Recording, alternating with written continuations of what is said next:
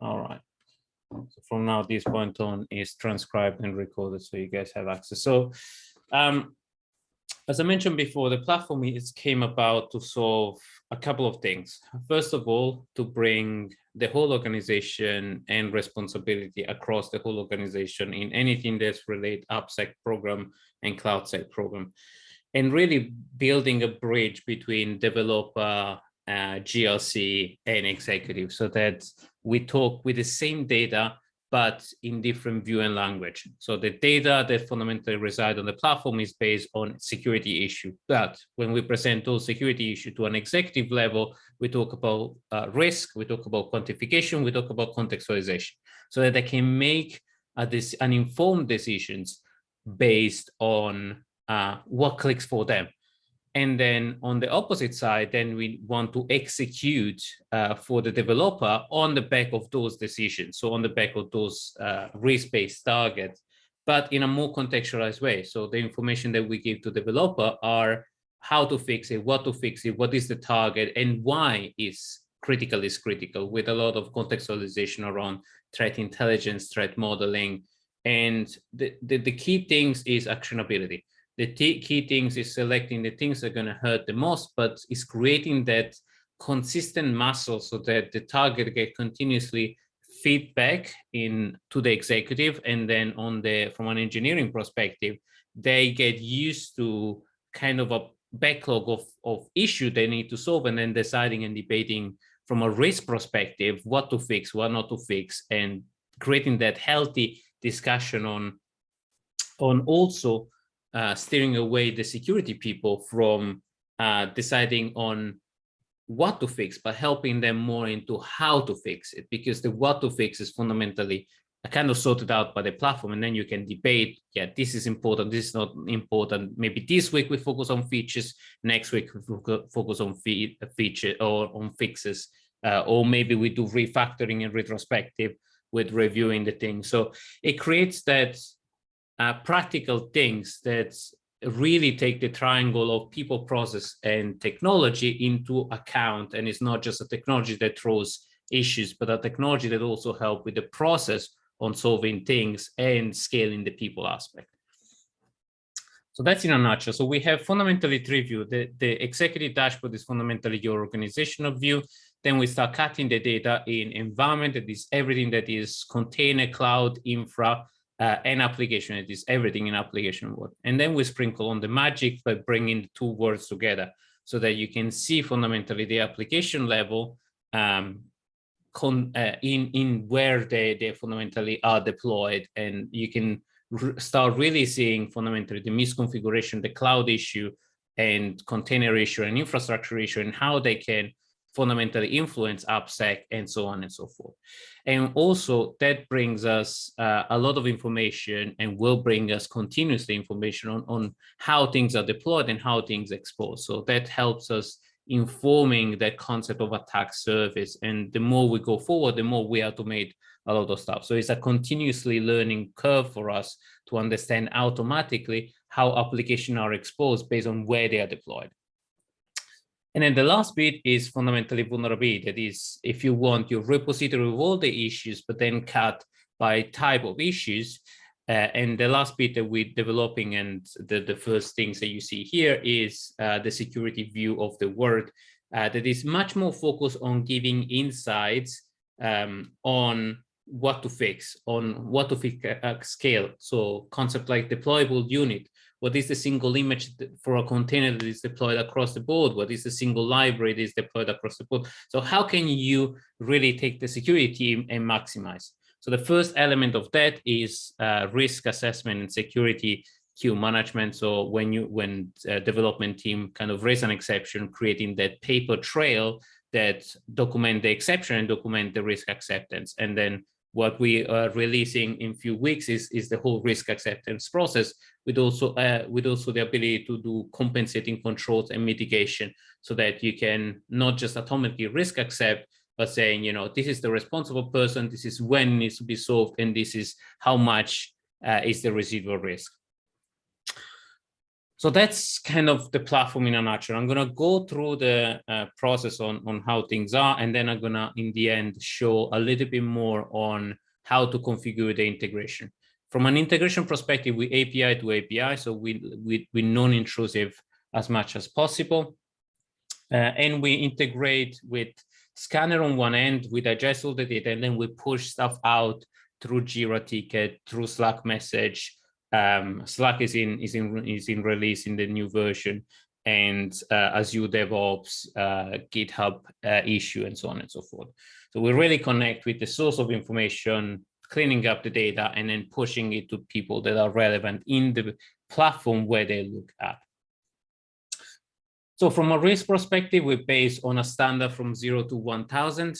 That gives us the granularity fundamentally to insert elements, threat intelligence elements at various levels. And I'm going to touch while we explore the different level, what kind of threat intel and where kind of threat intel feed we take the information from. We start, of course, giving you the view of the world, how many issues you have and how you're progressing towards path to green. And then we start cutting the data fundamentally in the various kind of areas, like web application issue, open source library issue, code, cloud, infrastructure, and container. And we add in third-party supply chain in the very near future. That will be a different things. And then we show you kind of the progression of all the issue. But really the heart of the application is the Risk Explorer, that fundamentally give you the ability to see where your organization is from a risk perspective and start setting the targets.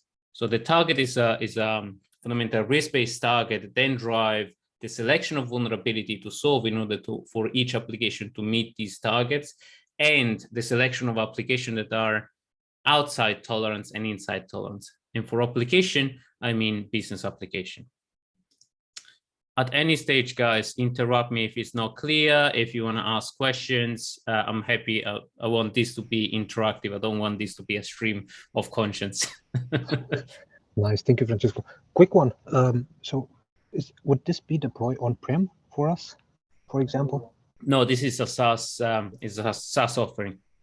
Okay. And you have an agent inside that scans, or you're using the client's tools, or?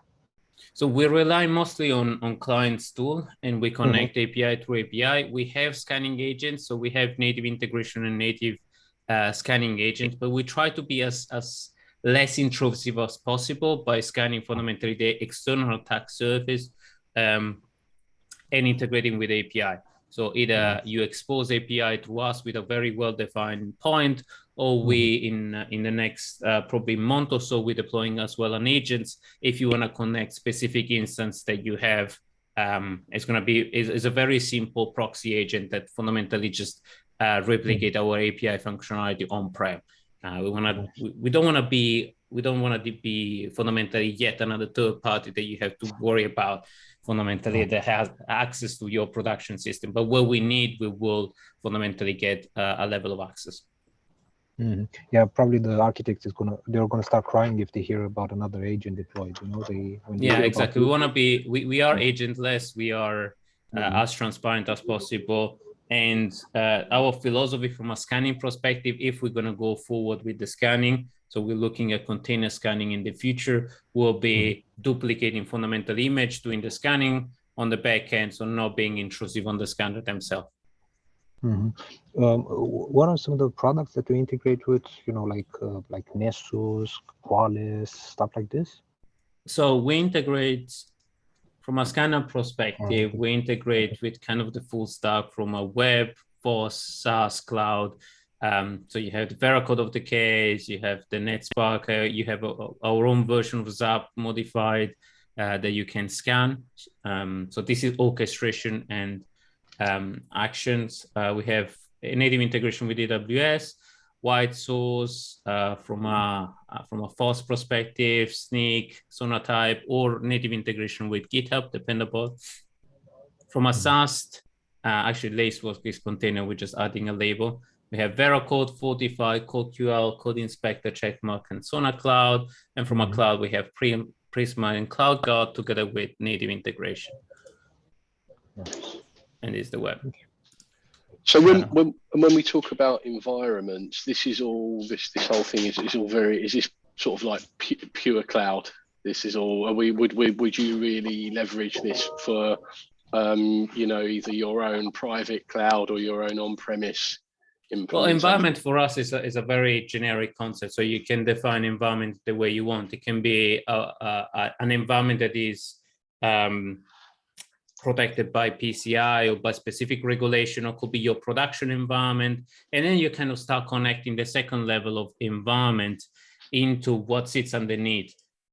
So it can be just one account from an environment perspective, or it can be multi-account. So you can glue different things. The way we're moving forward as well, this can be networks, this can be containers, or container inside networks, or VMs inside networks, so that you start building the environment in the way people define environment.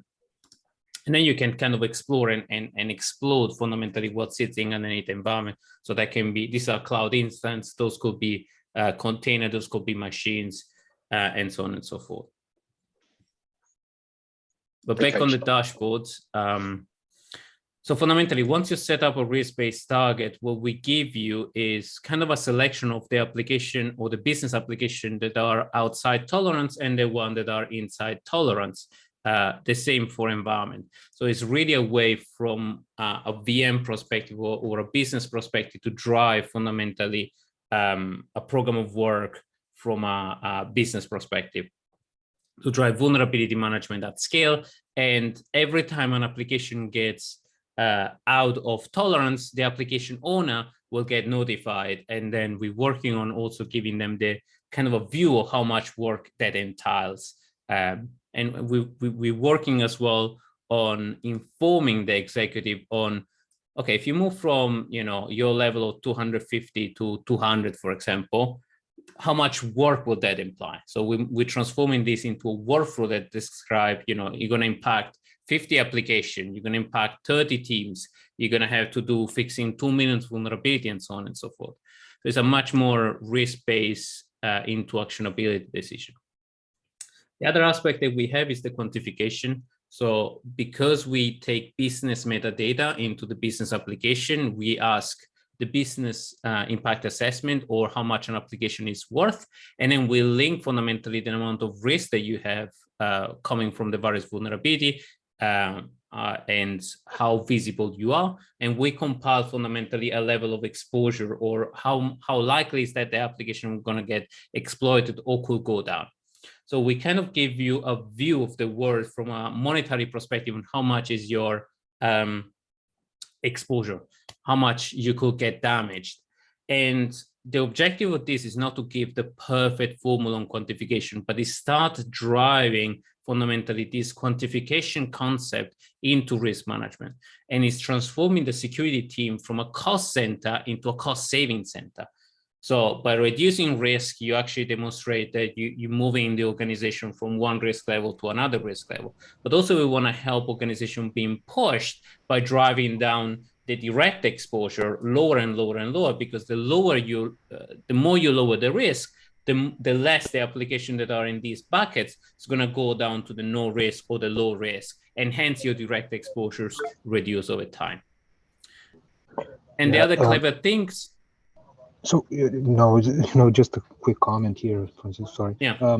Yeah. So there's nothing driving management, right? Like when they see real money put next to a exactly. Risk, right? And this comes from a very practical example where in HSBC we had line of business kind of reporting on risk, and they didn't have the perception on you had 1 million vulnerability. But as soon as you start putting a money value, then immediately the thing clicked, and everybody had target that they had to meet. And this was day in and week in and week out, the reporting things to the CIO. Every line of business had an objective.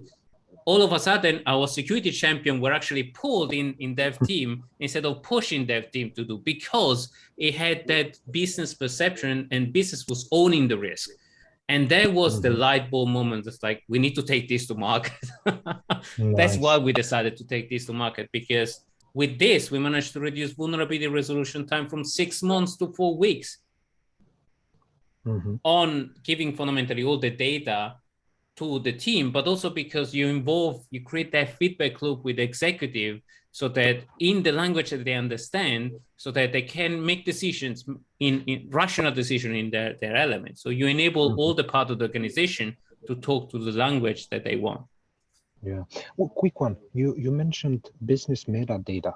That sounds very interesting, and I would be a little bit curious about that. How do you discover that? Is it through interviews and talking to the business, or you actually I'll show you. I'll show you where you can input the business metadata, and then the professional service model that as well we have to actually run those interview and other stuff. Thank you. But the last bit on fundamentally the dashboard is if you want, your SOC view. So we try to consolidate the concept of quantification. So how much an application is worth together with the risk level. And then based on what I showed also before, you can then explore and see where is the problem coming from, all the way down to the individual page, file, repository, container, and so on and so forth. So it depends how your application is described. So this is particularly an AWS account,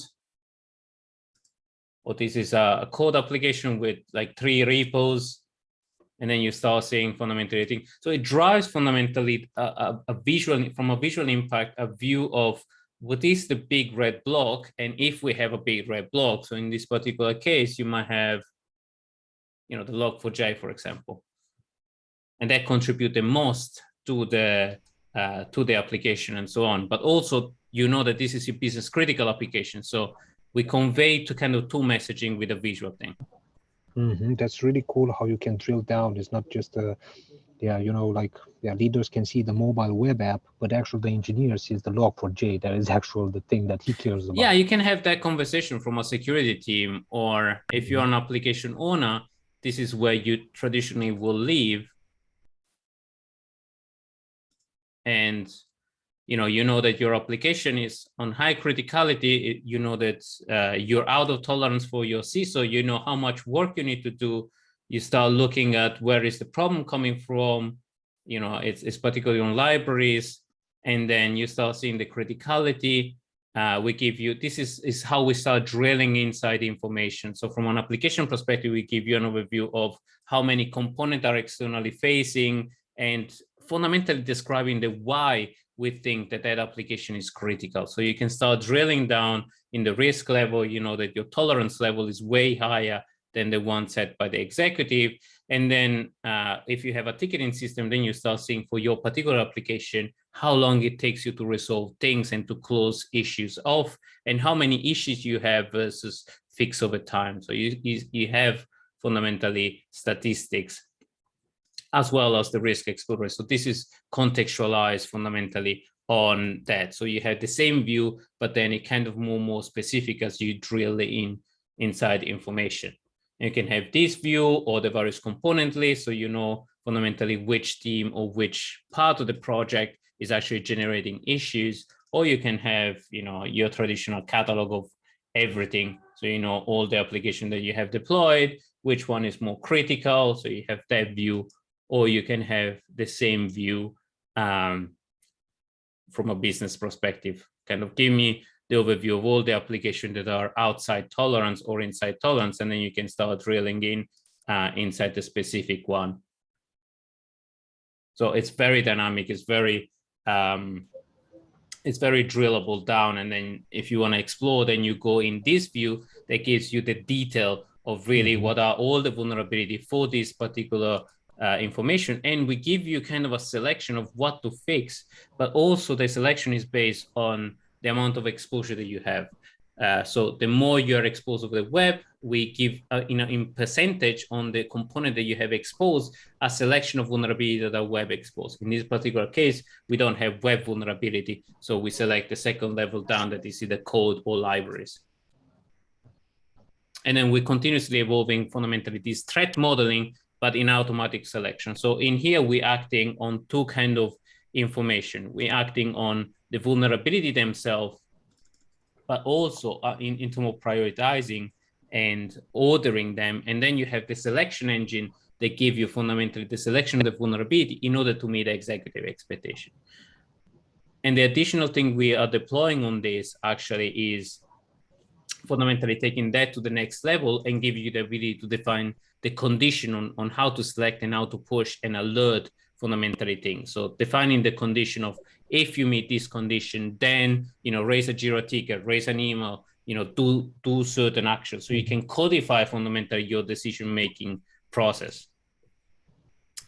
As well as fundamentally, we give you for each vulnerability kind of an overview of what the issues are, what the description of the vulnerability is, but most importantly, we give you the average time to fix for the specific industry. We fundamentally have a big data collection engine that sits behind, and for each industry monitors how long each vulnerability gets resolved, so that we communicate if you're taking too long to fix things, and hence you're becoming more of a target rather than your neighbors, as well as SLA target for you that you can define.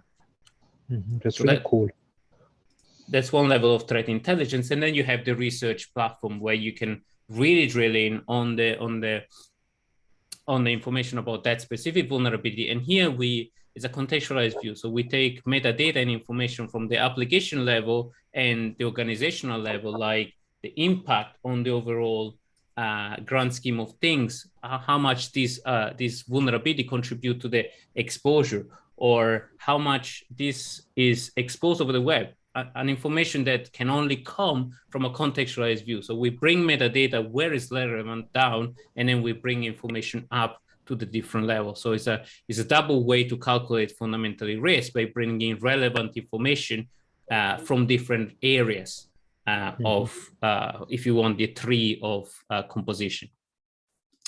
The additional information that we have is fundamentally if an exploit is available or not. We collaborate with FIRST on deploying honey-nets to detect fundamentally exploitability over time. So the probability of exploitation, we bring you this with EPSS, and we give you fundamentally the perception of how likely is this vulnerability to get exploited from information that we see in the wild. External visibility of attacker right now is pretty much derived on the if this vulnerability is linked to a component that is externally facing. We're evolving this with visibility also to show them, to see if this particular vulnerability is exposed on a component that is external and is also visible, to show them. Base severity is CVSS base severity. Remediation level, privilege level required, attack complexity is the stuff that we get and derive from CVSS. So this is the threat intelligence that we get from CVSS. And then popularity of target is a new things that we're introducing, that is social media popularity, on how much the researchers are talking about this vulnerability, and will be a combination between Twitter feed, Reddit, and the traditional forums that you see. So with this information, and this information is a very accurate measure of how popular it is, if it's hot right now or not. And all this fundamentally inform the risk. So all this will be part of the prioritization of the vulnerability, and at the same time, the selection engine act on this. So by having this information, we actually not weaponize, but make threat intelligence actionable. Fundamentally, we don't want threat intelligence to be something that it sits in a PDF on a shelf on an email, but we want threat intelligence to be actionable and acting on risk. So do you partner with any threat intelligence company? I mean, or is it like your own kind of threat intel engine, or are you consuming feeds from other areas? I know you mentioned social media and Reddit, things like that, but do you? Yeah, it is a mix. So we have, for time to fix for industry is our vulnerability information. The popularity of target is some of our monitoring feed.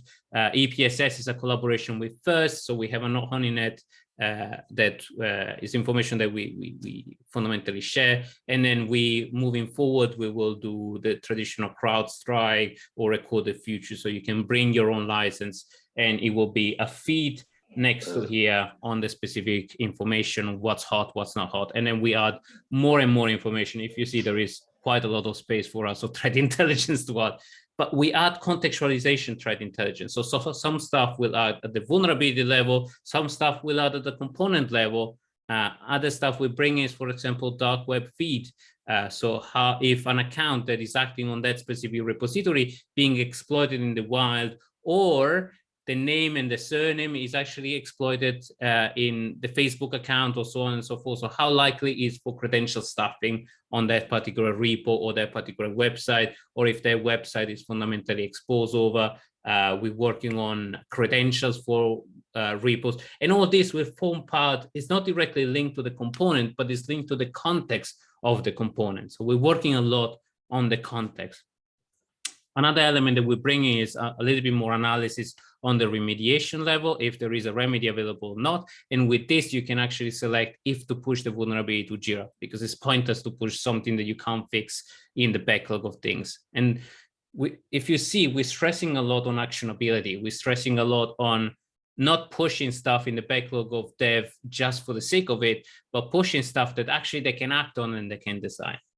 And then this is the last bit, that is fundamentally the last bit of the stream, where the issue gets deployed in the backlog, and then we track it two ways, both comments and all the progress of the thing. And the new thing we're adding is actually a text-based message on the specific remedy, so that dev don't need to access to the platform. If they want, they can access and see fundamentally the vulnerability information, but they have all the things that they need in terms of description of the issues in there. Let me see if I can show you maybe the feature.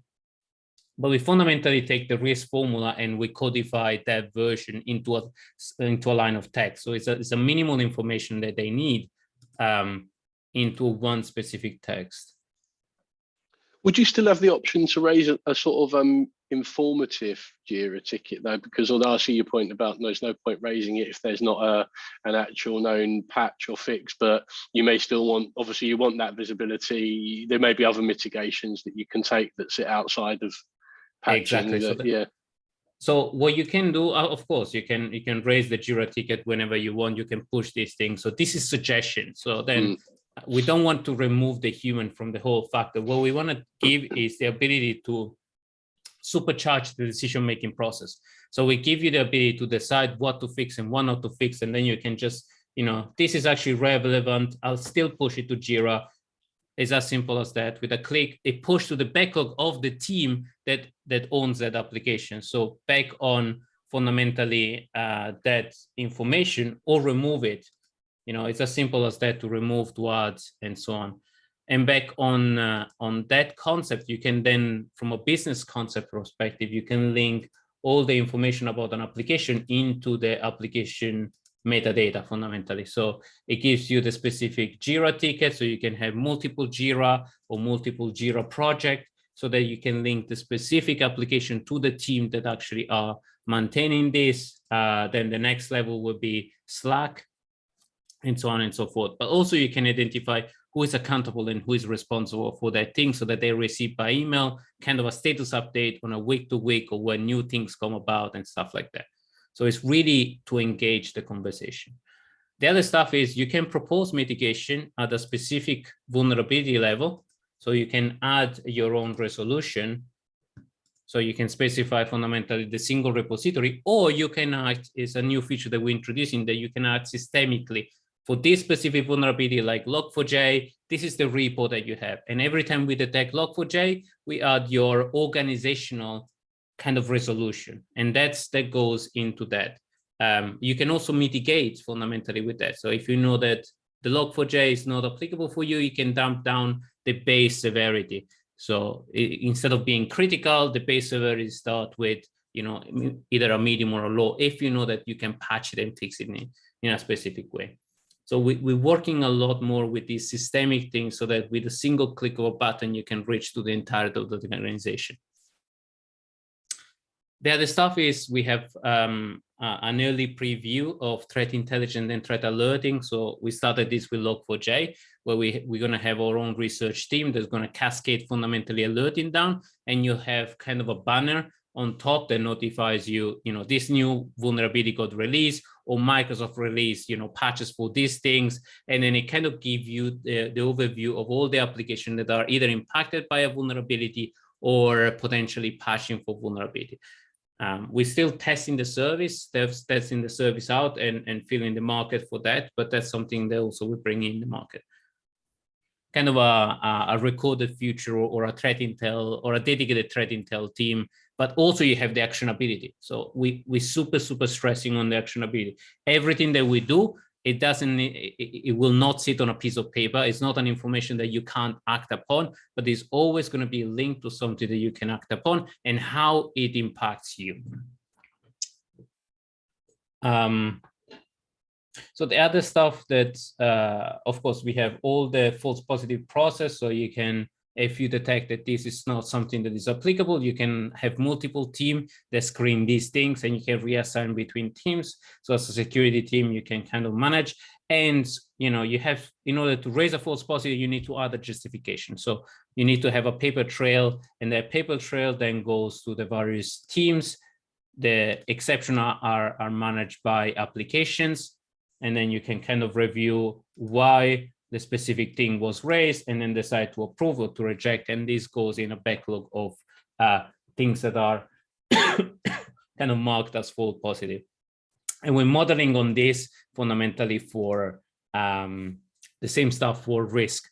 So the process is going to be very similar. Is instead of accepting it, you will risk assess it and mitigate, and then decide, you know, there is a dampener of 50 or 100%. So either fully risk accepting it for a period of time, or just partially risk accepting it with a mitigating control justification.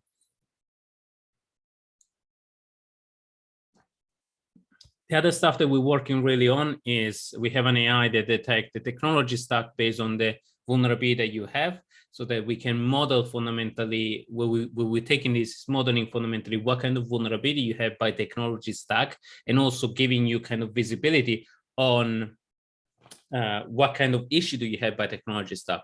So how much Java issue you have, how much Python issue you have, or what we also do is fundamentally, for this, we learn this with Log4j, we kind of give you an early notification. So when we don't have a CVE information available, we know that Log4j affect Maven and Java and stuff like that. So we give you kind of a confidence level of 50% of this could be potentially affected because they are on the technology that is there. Or if Microsoft releases a 0 day, or if there is a non-0 day, we kind of can give you the ability to say, you know, this is Microsoft related, this is actually Exchange related. So even if you don't have the CVE exposed, we still can detect fundamentally that information. And we're doing more of that. So that the other stuff that we're working on a bit more experimentally is understanding how people fix things by technology stack, and then give you a path suggestion of what to fix next. And that's the more AI experimental thing. But if you see, it's not AI that's going to solve the work, but AI that's going to help human make decisions. So we give you kind of insights, and then it's up to you to decide, because we don't believe AI is more clever than human. Nice, that's good. And definitely not just a marketing thing. Nice. So I use very careful ML and AI, because I hate the marketing spiel of AI and ML. Nice. The other two things we have boiling in. So right now you have a policy that you can specify right now SLA. Everything that you see on the platform is going to be element from a policy perspective that you can specify and then act upon, either as a policy engine, so actionability. So if this happened on any of the KPI that we're measuring, then either raise a ticket, open a Slack message, you know, do something about it.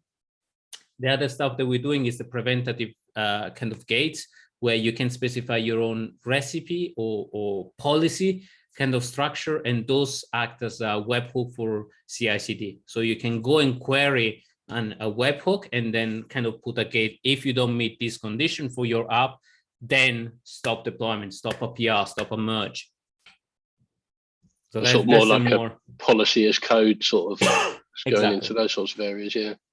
Yeah, but it's really moving from, you know, right now we're working on shifting left and enabling you to detect issue at container level, at vulnerability level, at code level, and going more into the preventative mode if you so wish to do so. So that's the evolution. Together with threat intelligence, we're working. Half two is going to be half two of this year is going to be working a lot with threat intelligence and what kind of additional thing we can bring on the platform so that is actionable. So Third party is one component that we're bringing in. Dark web is another component, as an add-on that we're bringing in, and then additional threat intelligence that we could bring in. So that's the platform in a nutshell. The area that I haven't touched is probably the environment level, where you have AWS right now environment, and how the misconfiguration of cloud then affect the various environment, but also the various application. So how a mitigation from a cloud perspective could dampen down the fundamentally the risk of an app, or augment it. And then you can see all the component of an app, but also from an environment level, you can see all the applications that are deployed in an environment. So you have the view of the world of AppSec and CloudSec fundamentally merged together.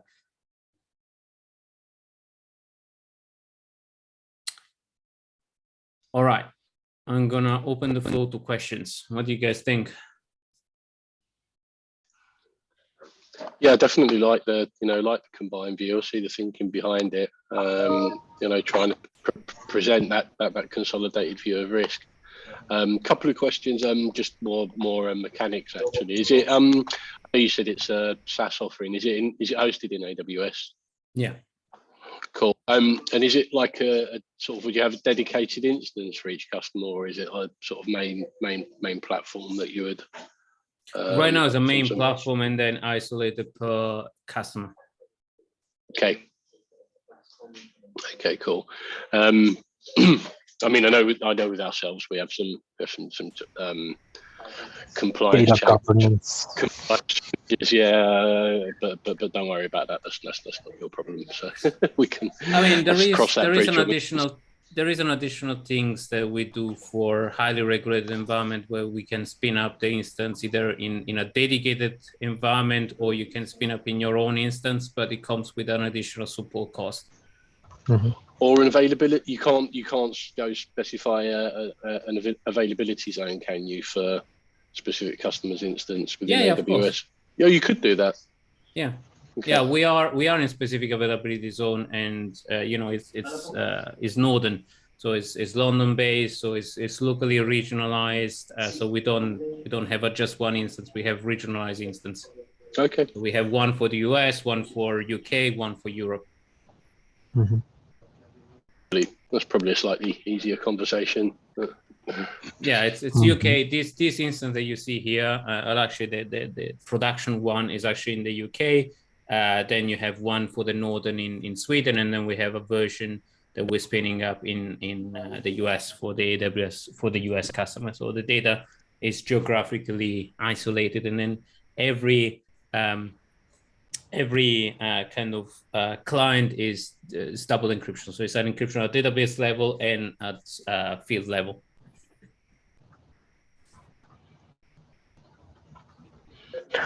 Cool. Nice. Francisco, this is like have you ever been like kind of pleasantly surprised by a company that they had such a good patch management that they weren't in the red, when Never. Never so far. I've been pleasantly surprised by the process. I don't think I've ever come across to a company that did well overall. Mm-hmm. And the problem is 90% of the time is that you don't have you might have teams that do well, but you don't have a systemic approach on things. And what we are bringing to solve is actually having kind of democratizing, having a single layer, because we believe you can have kind of the unicorn team, but if the rest of the organization doesn't come along, yep, then they come from the back, and even the unicorn team can't help the organization. So it's having the kind of doing 1% across the organization rather than 10% on just one specific app. But you also can do that. So on the application level, we enable organization to set custom target. So you have the organizational target, but you can also have custom target by the application itself, so that if it's business critical application, you can say, this application is actually 0 tolerance level. So the consequence of that is that all the vulnerability that this application has will be selected. So we highly recommend it to actually do an informed decision on this target. But you can also do so. You can say 0 tolerance on this.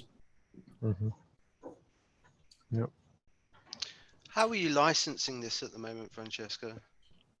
We do this by assets. So an asset is a website, an asset is an instance that run in AWS, so container or a specific image and stuff like that. API, repository, and so on and so forth. So we start with a package. So we start the premium package start with 200 assets, roughly 20 application, and then you can grow from there. Oh, the other aspects, you can also import this thing through CSV. So if you have a pen test, if you have other stuff, you can import this information through. And we're working as well on inviting pen tester on the application. So you're going to have an invite link here so that the people can upload fundamentally the vulnerability as they do the pen test. So as a without the information going around over email or other stuff. Probably interesting for our red team piece as well. Yeah, all red team can import the things. For the red team, we're working, we just released Burp Suite Pro integration, so you can import information through XML through the Burp Suite, and we're releasing as well Enterprise for Burp Suite, so that the team can actually import the results dynamically. And then we have the duplication and the cleanup of vulnerabilities, so there is no duplication of information. So even if you do a pen test and then you have an API scanner or a web scanner that tests the same website, the information doesn't appear twice. Nice. Sorry, Stuart, I interrupted you. Oh, no, don't worry. I was thinking about when you mentioned earlier that you support companies in asking those questions to get that business understanding, that financial business understanding. Do you find that you do a lot of support to get this rolled out within a company? Just curious, because there's quite a lot of work got to go into it, hasn't there, to make it, well, to get the use out of it. You should. It's a great tool, but you would have to do that work, wouldn't you? And do you have to support companies a lot? There is a little bit of work. What we're doing is a couple of weeks of we give time slot where we help the organization really making the best use of this with a little bit of security consultancy and consulting on the value. We also developing value or criticality questionnaire, so that you can reply to a questionnaire and kind of this information get informed. So a little bit on the easiest version, if you don't have a business impact assessment, you can declare this is your ARR over the years, and then kind of dividing everybody to a specific percentage of that ARR, and then you can influence how critical it is, and that will influence fundamentally the amount of money that an application value is. So kind of a simple version of doing a business impact assessment. And in the question, I will ask fundamentally, do you have PII information? Is it regulated? Do you have critical data? And that will inform the criticality level, and the criticality level will inform the value on a percentage of the ARR. Yeah, thank you. From an integration perspective, is as simple as, once you integrate it through an API. So the two-step from an integration that you have to do is going in the scanner, fundamentally specifying an API key. We have knowledge base and video integration for all the integration coming. So there is a whole knowledge base and training as well available. Once you integrate through API, fundamentally, you can specify the various components of an application. So it's defining the business application, adding component. That can be the NetSpark in the particular case, or from a web perspective, you then fundamentally specify the target. So in this way, you actually running the scan, orchestrating, and creating a component with just one click. So you can specify how many times you want these things scanned. And right now, we currently support just external attack surface scanning. With the agents that we're deploying, we're also gonna proxy all that scanning information through. So we're also gonna enable you to scan internal assets. This is from a web perspective and API perspective. From a from a library perspective, from a Snake perspective, we support repository, container, cloud, anything. So once you link a repo, we actually fetch all the information from an infrastructure as a code, from a repository information, and then we derive, we kind of redirect all that information into the various specific thing. From a Sonar Cloud perspective, it's pretty much a repository. So this is anything related to code.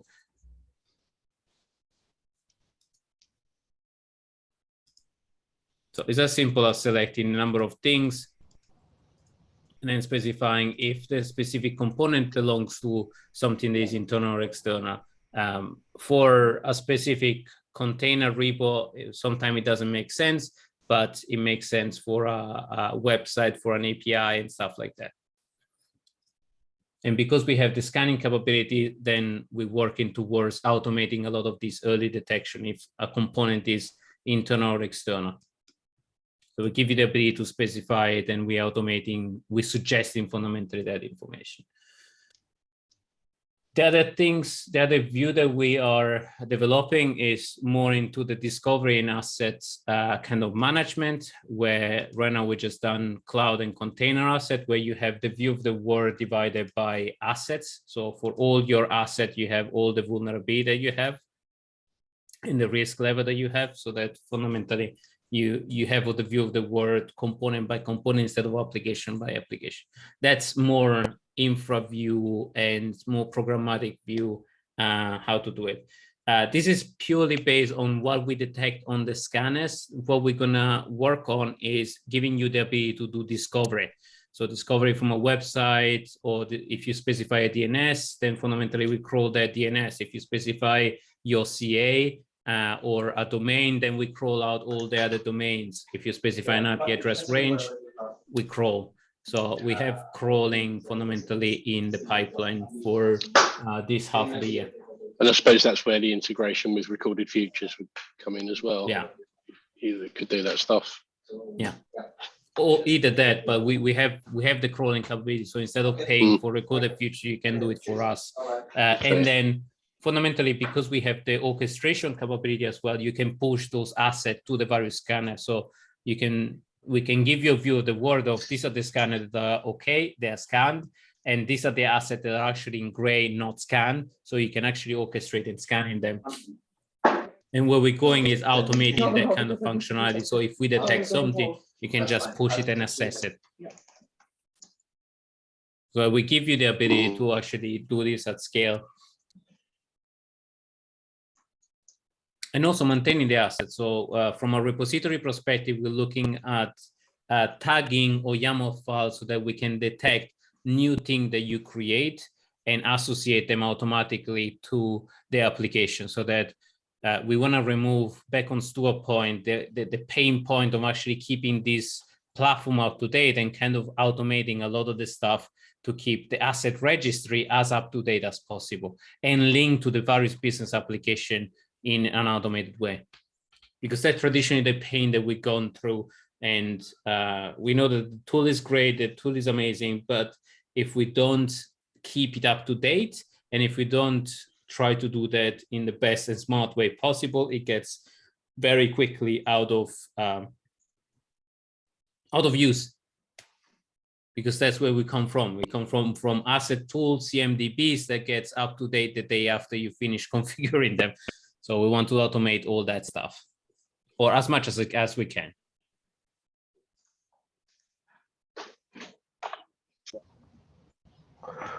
Beautiful. Thank you, Francesco, very much. I have to split. I have another meeting coming up, but this was really nice to see.